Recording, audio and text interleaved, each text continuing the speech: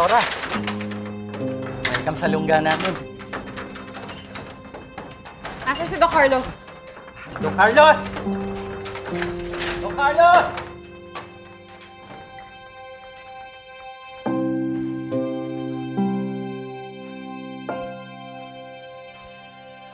Zoe.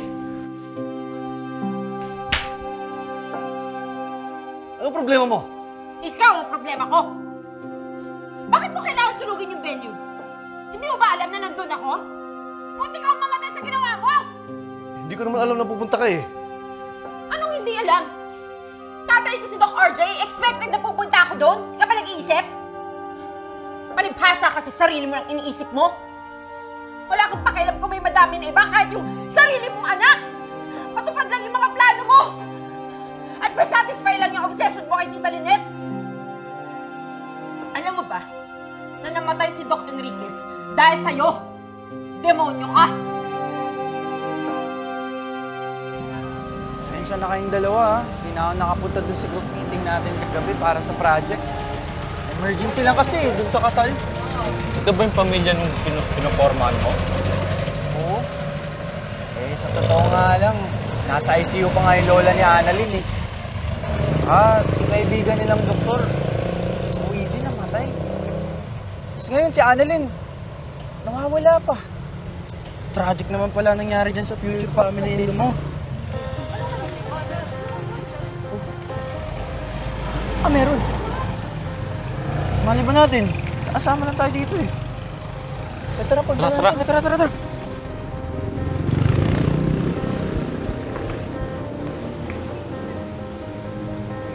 Usog kayo, te. Boss, ano meron? May nakitang patay. Doktor ata. Oh, di yan. Usog-usog ka ngayon, te.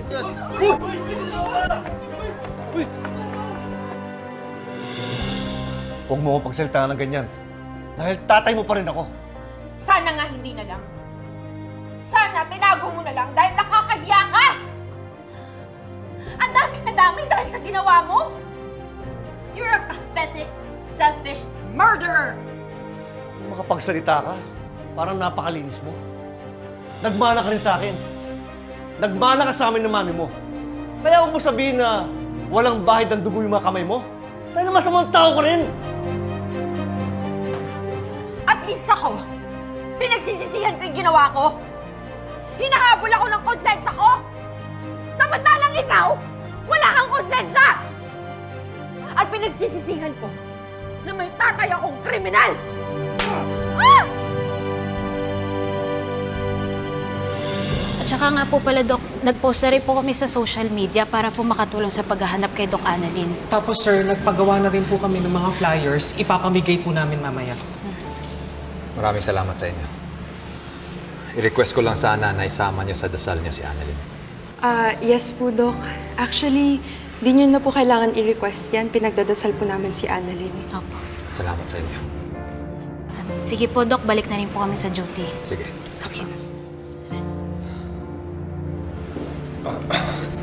Doc RJ, almost a day has passed, and no one has any list or news on where she is. We should do something. Do you think I just want to sit here not doing anything? I also want to find my daughter. But like you, I don't know how. I'm sorry, Doc. I just really worry about her. I hope nothing's happened to her. Nothing is going to happen to her. Boss! Boss! Boss, bitawan niyo ako, boss. Kailangan ko makita yung pagkaya. Hanggang dito ka lang. Hanggang dito ka lang. Boss, may kaibigan akong doktor na nawawala. Kailangan ko lang masilip. Boss, saglit lang, boss. Bitawan niyo ako.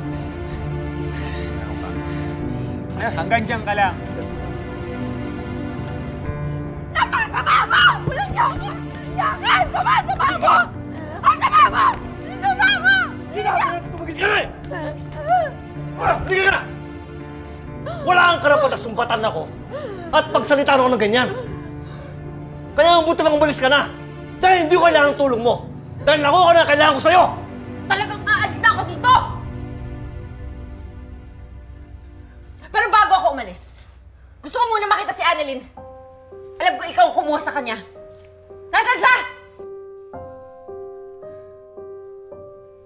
Hindi pwede. Ano hindi pwede? Nasaan siya?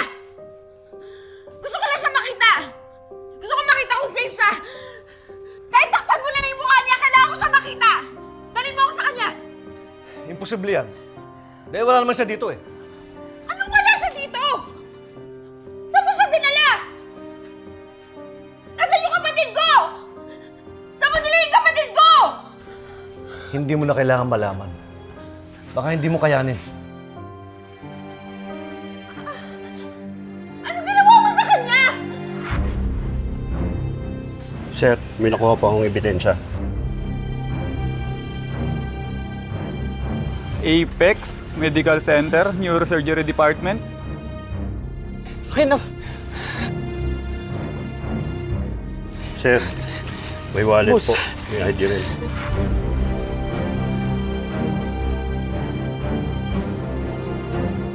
Oh, ito ba kaibigan mo?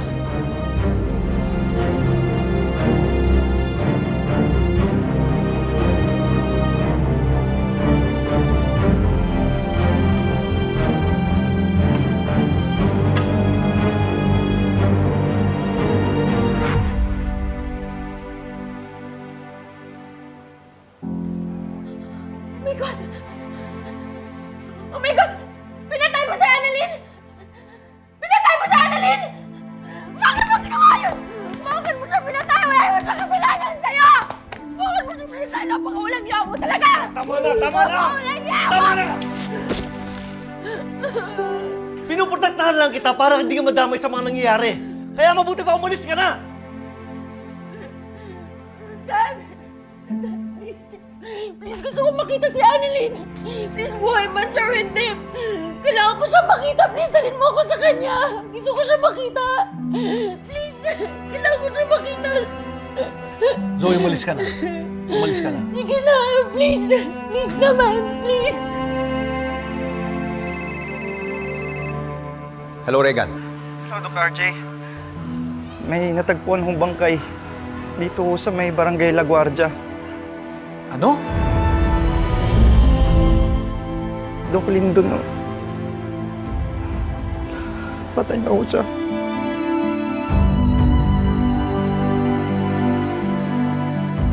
Sir, is that about Annalyn? No. It's about Doc Lindon. He was found dead. What?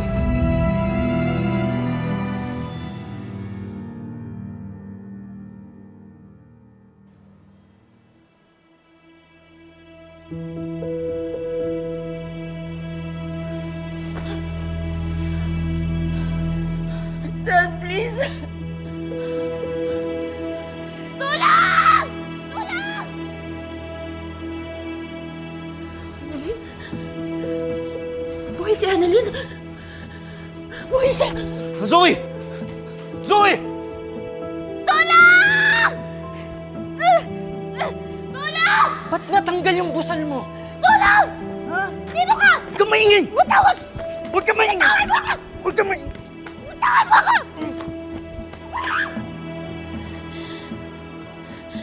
Annalyn! Lilit! Lilit, nananaginip ka. Nananaginip ka lang. Si Annalyn pa naginipan ko. Hinahabol ko daw siya, tumatakbo siya pero hindi ko siya naabutan eh. Tapos hindi ko na siya makita. Ma'am Giselle, ano kayang ibig sabihin ng panaginip ko? Huwag kang mag-alala, Lynette. Makakasama pa natin si Annalyn ng matagal na matagal. Okay? Panaginip lang yun. Nasaan na kaya si Annalyn?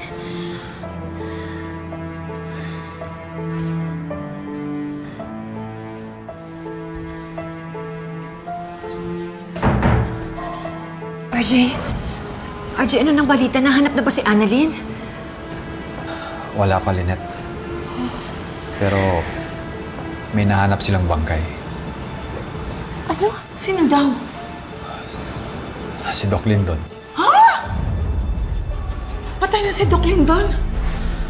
Binaon siya sa lupa at hinala nila pinatay siya. Oh my gosh. Eh, sino naman ang gagawa nung kay Doc Lindon? Ang suspect nila si Carlos. Ha? Carlos? Di ba magkaibigan silang dalawa?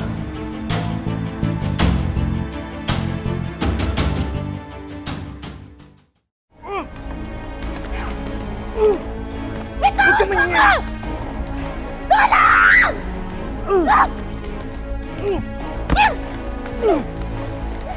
Bitawan mo ako! Huwag ka maingay! Tulong! Tumahimik ka! Bitawan mo ako! Sino ka ba? Tahimik!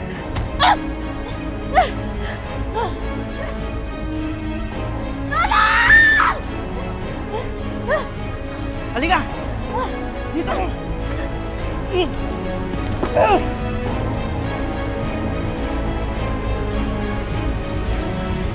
RJ, please.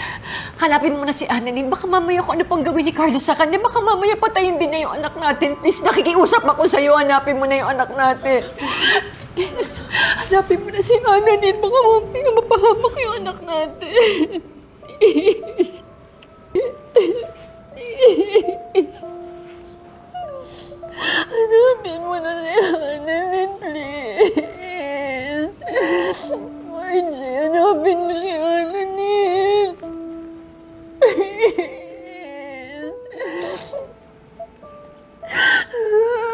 Si Annalyn, RJ.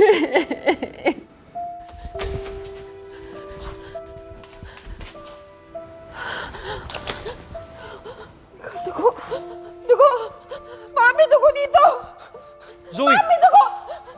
Pinatay mo si Annalyn! Pinatay mo talaga siya! Walang yaka! Walang yaka! Zoe, malimik! Tumahimik ka!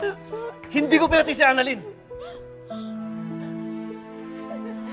Nasaan siya? Ba't wala siya dito? Di ko alam, dapat nandito siya eh! Baka nakatakas siya!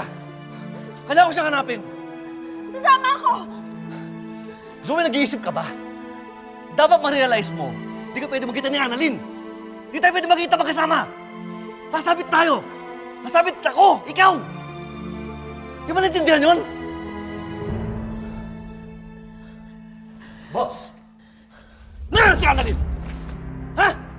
Bakit ito pinatakas? Relax, boss! Ano? Nilipat ko lang ng kwarto. Bakit? Ang ingin yung dalawa eh. Paano kung mabuking tayo? Sige na, bantayan mo siya, baka makawala siya. Bisa mo! Buhay si Annalyn! Buhay siya! Hindi namin pinabayaan ng kapatid mo. Hindi namin siya sinaktan eh. Dahil gusto kong isipin ni Lynette na hindi ako masama sa anak niya. Ayaw kong isipin niya na masamang tao ako. Bobo ka ba? Pagkatapos ng lahat ng ginawa mo, sa tingin mo, hindi masama ang tingin sa'yo ni Tita Lynette? Alam mo, kahit anong gawin mo, masama ang tingin niya sa'yo. At hindi lang siya, pati lahat ng tao.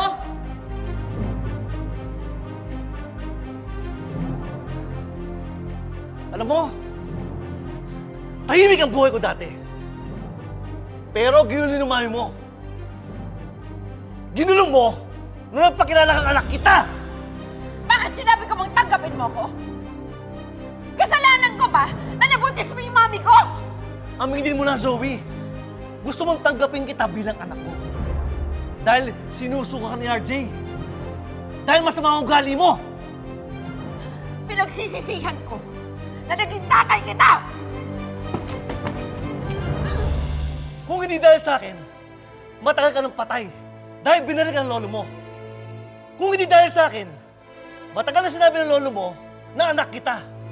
At kung hindi dahil sa akin, matagal nang alam ng lahat ng tao na peging ang tandyag. So ano gusto mong gawin ko? Magpasalamat ako sa'yo? O thank you, ha? Salamat! Gusto mo? Mag-sorry din ako? Sorry! At dinamay kita sa gulo ng buhay ko? Pasensya na, ha? Pasensya na! Nalaman ko pa na tatay kita! Sana hindi ko na lang nalaman! Sana hindi ko na lang nalaman! Sorry, ha? Sorry, ha?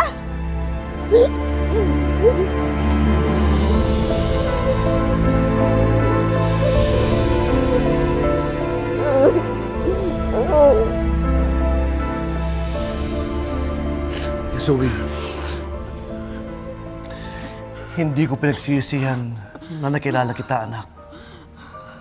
Natulungan ka, naprotektahan ka. Dahil mahal kita. Kahit anong sabihin mo, kahit paulit-ulit mo ang gustong pa bilang ama mo, mamahalin pa rin kita. Dahil anak kita.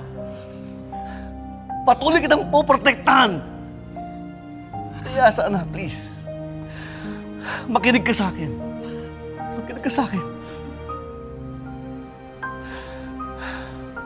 Please, Zoe, umalis ka na.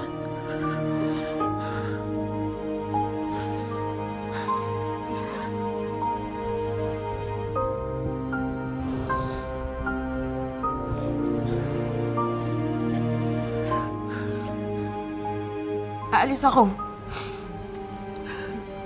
Pero gagamitin ko muna yung sugat mo. Salamat.